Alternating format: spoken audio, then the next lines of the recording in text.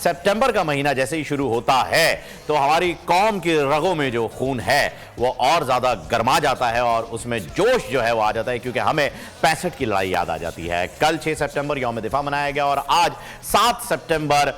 यौम फ़िज़ाइया से मंसूब है। और उसकी वजह क्या है, उसका थोड़ा सा पस मंज़र भी आपके साथ शेयर कर लूँ कि 7 सितंबर की सुबह जब हमारी फ़िज़ाइया ने अपने जहाज़ों को लोड करके उड़ान भरी और उस दुश्मन को जिसने रात की तारीकी में हम पर हमला किया और ये समझा कि शायद हम कमज़ोर पड़ जाएंगे, लेकिन पूरी कौम ने एक जान होकर उनका मुकाबला किया। ना सिर्फ हमारी आर्म फोर्सेस ने बल्कि आवाम ने भी उन्हें फुल सपोर्ट किया। और अगले दिन जब 7 सितंबर का वाक़या आया तो हमारे जहाज़ों ने उड़ान भरी। हमारे शाहीन, इकबाल के शाहीन जो हैं वो नीली छतरी पर जो है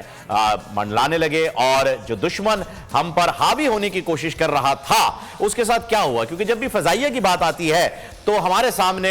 वैसे तो बहुत ही बड़े बड़े नाम हैं, कई शहीद भी मौजूद हैं जिनमें राशिद मिन्हाज शहीद का भी नाम आता है, लेकिन स्पेसिफिकली अगर हम 7 सितंबर की बात करें तो ये बिना एम आलम साहब के, स्क्वाड्रन लीडर एम आलम साहब के नाम के बिना मुकम्मल हो नहीं सकती, क्योंकि ये कारनामा ना सिर्फ पाकिस्तान और भारत ने देखा बल्कि पूरी दुनिया की तारीख रकम हो गई जब एम आलम साहब ने अपने जहाज की उड़ान भरी और मुखालिफ कुव्वतों के 4 जहाज महज 30 सेकंड में गिरा दिए। जी हाँ नाजरीन, 30 सेकंड में 4 जहाज गिराए और विद इन अ मिनट यानी 60 सेकंड से पहले 6 जहाज गिरा चुके थे। वो दुश्मन की सरहद के 93 किलोमीटर करीब थे और अपनी सरहद से 240 किलोमीटर तक दूर आ चुके थे। यहां ये मुकाबला हो रहा था और घमासान की लड़ाई चल रही थी। ये वो कारनामे हैं नाजरीन जो हमें याद रखने चाहिए, स्पेशली उस वक्त जब हम इदारों को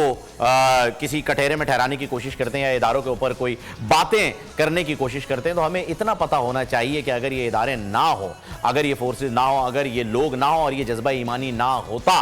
तो इस मुल्क के वजूद पर सवालिया निशान खड़े हो जाते। तो हम बहैसियत कौम सलाम पेश करते हैं अपने शहीदों को, अपने गाजियों को और तमाम फोर्सेस को जिनकी वजह से आज हम अपने मुल्क में सुकून से बैठे हैं। सब्सक्राइब करें और बेल दबाएं ताकि कोई खबर रह न जाए।